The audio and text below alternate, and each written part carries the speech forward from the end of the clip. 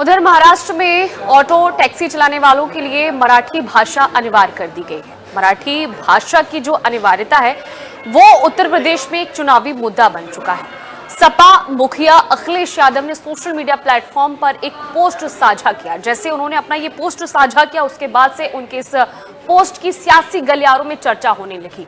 दरअसल उन्होंने अपनी इस पोस्ट में लिखा कि भारतीय जनता पार्टी यानी कि महाराष्ट्र सरकार जो है वो पहले तो लोगों को नौकरी और रोजगार नहीं दे रही है, लेकिन जो लोग अपने दम पर रोजी रोटी कमा रहे हैं, मेहनत से काम कर रहे हैं, उन काम करने वालों पर भी, उनकी रोजी रोटी पर भी बीजेपी सरकार, महाराष्ट्र की सरकार प्रहार कर रही है और उन्हें रोजी रोटी कमाने नहीं दे रही है। पूरी रिपोर्ट आपको दिखाते हैं।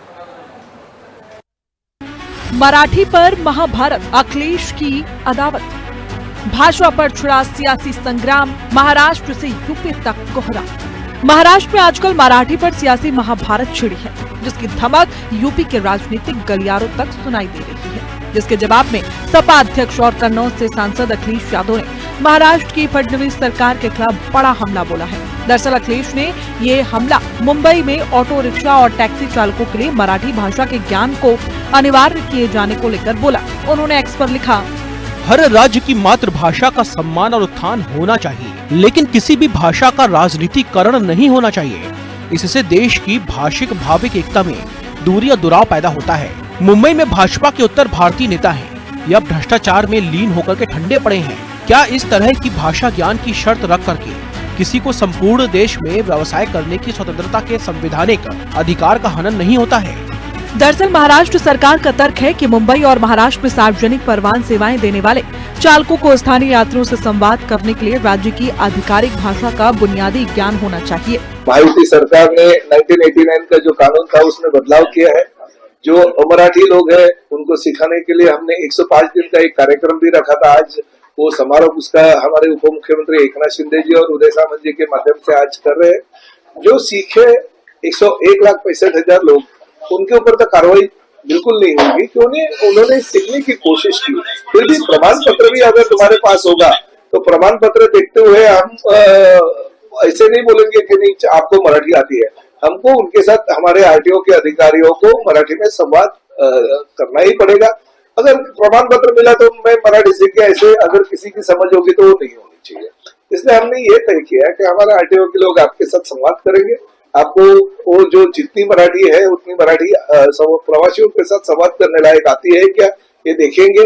अगर आती रहेगी तो बहुत ही अच्छा है, और नहीं आती रहेगी तो कानूनी कार्रवाई हमको करनी पड़ेगी। हमारे मिनिस्टर प्रताप सरनाईक जी ने ये लिया हुआ इनिशिएटिव है, जो कि इनिशिएटिव ये कायदा तो पहले से ही था, कायदा कुछ नया नहीं बनाया है।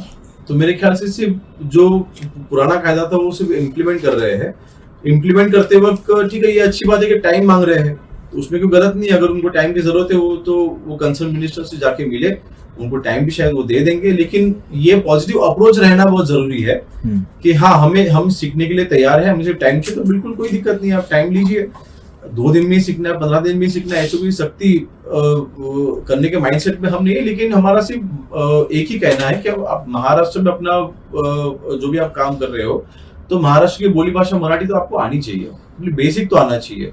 जिस तरह से देखिए, भाषा मतलब संस्कृति होती है, तो ये संस्कृति एक जिंदा रखने की हमारी ये कोशिश है। लेकिन महाराष्ट्र सरकार के इस आदेश से महाराष्ट्र से लेकर यूपी तक सियासत तेज है। देखिए, ये राजनीति है। जिन लोगों को मराठी भाइयों के वोट को खींचने के लिए यानी जबरदस्ती की एक बहुत ओछी राजनीति हो रही है, जिनकी जमीन खिसक चुकी है, वो लोग ये काम कर रहे हैं। मराठी का सम्मान है, पूरा सम्मान है, लेकिन मैं कहता हूं जो बड़े बड़े कारपोरेट हैं, जिनकी नरीमन पॉइंट पे बीकेसी में ऑफिसेज हैं, जिनके पास हजारों लोग काम करते हैं, पहले उनको तो कहो ना मराठी बोले, उनसे कहो ना मराठी क्यों नहीं बात करते। आप मजदूरों को, टैक्सी चलाने वाले को, रिक्शा चलाने वालों को आप डरा रहे हैं कि इतनी तारीख तक तुमने नहीं सीखा तो तुम्हारी परमिट कैंसिल कर देंगे। उनकी रोजी रोटी से खेल रहे हैं, ये ठीक नहीं है। इस भाषा को लेकर ज्यादा खींचने की जरूरत नहीं है और इसको ज्यादा बढ़ा देने की जरूरत नहीं है। रहा सवाल इस भाषा को लेकर विवाद खड़ा हो, इस तरह की सरकार की मंशा नहीं होनी चाहिए। मराठी भाषा आनी चाहिए, ठीक है। और जितने भी मराठी, हम लोग मराठी अस्मिता की, मराठी भाषा की बात करते हैं, और अब जितने भी सब हमारे लीडर है सब अपनी इंग्लिश मीडियम में बच्चों को डालते हैं, उनको भी मराठी भाषा आना भी, बोलना भी मुश्किल हो रहा है बहुत सारों को। तो ये पॉलिटिकल माइलेज की बात नहीं होनी चाहिए। अखिलेश यादव जी ने ऐसा कुछ नहीं कहा। यहाँ कानून है, हर स्टेट में कानून है, स्थानिक भाषा आनी चाहिए, यही अखिलेश जी ने कहा है ना।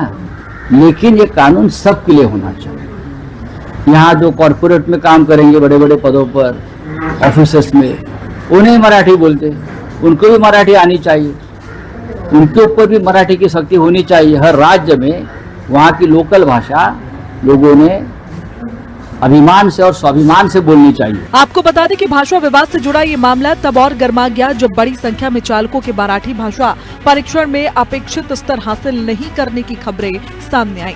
रिपोर्टों के मुताबिक कुछ चालकों को नोटिस जारी किए गए हैं और नियमों का पालन नहीं करने पर आगे लाइसेंस या बैज से जुड़ी कार्रवाई का प्रावधान बताया गया है। उधर इस कार्रवाई से ऑटो और टैक्सी यूनियनों में भी नाराजगी की खबरें सामने आई हैं। यूनियनों का तर्क है कि अचानक भाषा की अनिवार्यता लागू करने से उन चालकों की रोजी रोटी प्रभावित हो सकती है जो सालों से मुंबई में काम कर रहे हैं, लेकिन मराठी में धारा प्रवाह बातचीत नहीं कर पाते। स्पेशल रिपोर्ट, हिंदी खबर।